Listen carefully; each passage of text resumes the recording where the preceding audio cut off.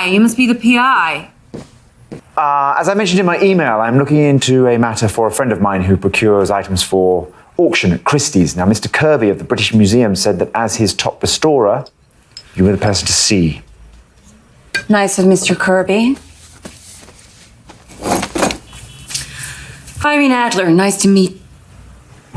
Oh, you're beautiful.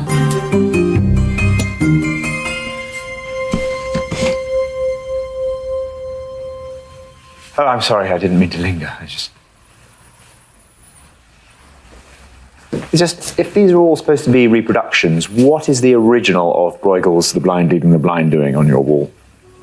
I wonder what the director of the Belgian National Museum would have to say if he knew that you had returned your work to him and passed it off as the real thing. How could you possibly know that? The original was damaged by a shelling during the Great War. Hard to see why you, a restorer by trade... The masterpiece was swapped? Then, something happened between them. You'll never guess what. Let me tell you the story. Watch until the end. It's going to subvert every expectation. Hello everyone, this is a climax, and I am Gauger. If you often feel lost in life, or even find yourself constantly longing for someone to guide you, then you must spend a few minutes today watching this painting. It captures one of the most brutal moments in human history, a line of people falling, one by one, into an abyss. The most terrifying part isn't the fall itself, it's that until the very last second, those in the back are still blindly trusting the one in front. This is no longer just art. This is a survival logic that every one of us experiences. There are many moments when we hand our very lives over to others. But if a fall occurs, it isn't an accident, it's a matter of time. It's only a matter of when. Pieter Bruegel the Elder painted this in 1568, the final year of his life. The Netherlands at that time, what we now know as the Netherlands and Belgium, was a living hell. The Spanish Duke of Alba had arrived with his iron cavalry and established the Council of Troubles, which the locals privately called the Blood Court. In those days, a single slip of the tongue or standing on the wrong side meant the gallows. Bruegel lived in this constant fear where no one could see tomorrow. Before he died, he even instructed his wife to burn some of his more radical sketches. We know that Bruegel's work often carried a powerful sense of social satire and critique. So, what are we looking at in this painting? Bruegel painted 6 blind men. It looks like a fleeting moment of motion, but its realism is so intense that even modern doctors feel a chill down their spines. He used this extreme realism to tell posterity, in a chaotic world, the greatest disaster isn't being unable to see the road, but that those leading the way are, in fact, just as blind. The 6 men in the painting have their hands on each other's shoulders, like a string of grasshoppers tied together by fate. Please do not criticize me for calling them blind men.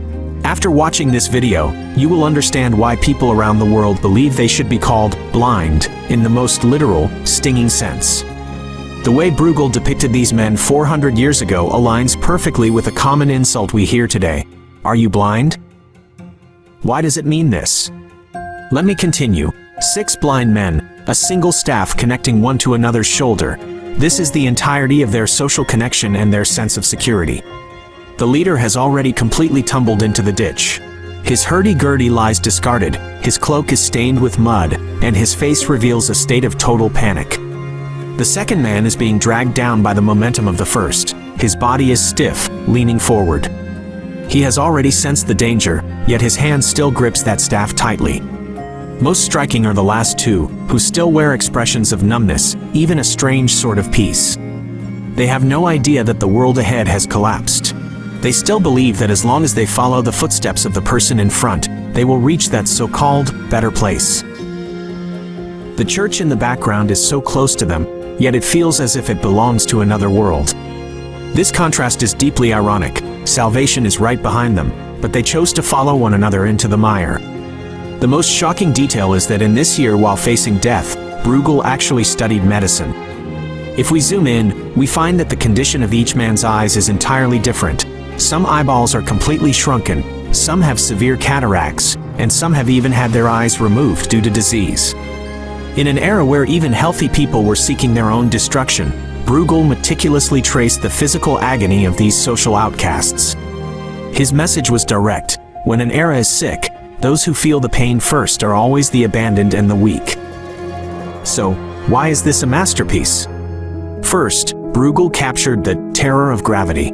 He caught the moment of the falling dominoes. This painting isn't static, it possesses a suffocating sense of motion. If you stare at it for a while, you can almost predict that a few seconds later, this entire row of people will crash into the mud one by one. This inevitable sense of despair, triggered visually, is what makes this work great. Furthermore, Bruegel painted the laziness of human nature. We all love to find a shoulder to lean on. We all love to find a leader to take us by the hand. Bruegel took the psychological laziness of ordinary people and rendered it directly as a physical disability.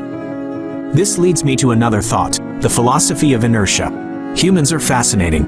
As long as someone is leading, even if they are leading us to our deaths, we somehow feel more at ease. Look at these people. Their connection isn't love. It is a blind dependency.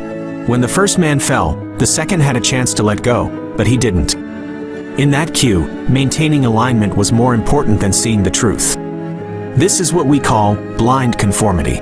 When we surrender our power of thought to others, when we attach our personalities entirely to a certain circle or trend, we are no longer truly living. We are participating in a collective, chronic fall. This fall is cruel because it creates the illusion that, since everyone is walking this way, I must not be wrong. A truly piercing law of life. Destruction often doesn't happen because you did something wrong, but because you were simply following. We are not living, we are merely imitating life. This is a sharp remark from the French writer Guy Debord in The Society of the Spectacle. Applying it to this painting couldn't be more appropriate.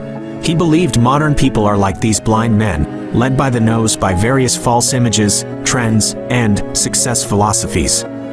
Everyone feels they are keeping up with the times, but everyone is merely playing the role of the person in the queue. It's like a saying you might have heard, you think you are being social, but you are actually wasting your life decorating the cage that traps you. You see, this is the prophecy Bruegel wrote for us 400 years ago. Never store your eyes in someone else's pocket. Sometimes, what ruins a person isn't an enemy, but the instinct to have a companion. This painting captures a hidden rhythm of life. Often, we don't actually care where we are going. We are just afraid of being left behind by the crowd. This is the state of blind following. When a person no longer has independent judgment, their life becomes a mere part in a multi-car pileup. The staff connecting them looks like a tool for mutual support, but it is actually a death rope dragging everyone down together. This reminder is incredibly sober and healing. If the direction is wrong, then unity and effort will only make the disaster arrive faster and more orderly. We often talk about fitting in, but this painting offers a cold resonance. If the leader is blind, the more loyal you are, the harder you will fall. The greatest fear is not being alone in the dark, but being in the light while standing in line waiting to go blind. This sentence describes the reality for so many. It's like our present, scrolling through the same short videos, listening to the same success stories, chasing the same social topics. We think we see clearly, but everyone is just clutching the coattail of the person in front. Bruegel's painting tells us, occasionally letting go, stopping to look at the ditch yourself, might be the greatest healing. It might even save your life. Would recreate the gouges in the canvas. I'm curious, you don't intend to sell it, so why take the risk? And if I deduce correctly, you'll spend an evening in this great city with me.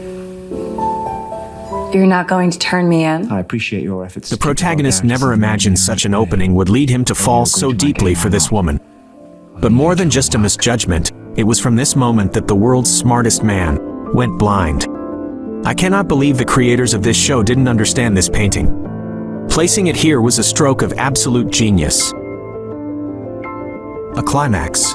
Explore global masterpieces. Feel the rhythm of existence. Please like, subscribe, and share. Turn on all notifications to support my work for more art journeys.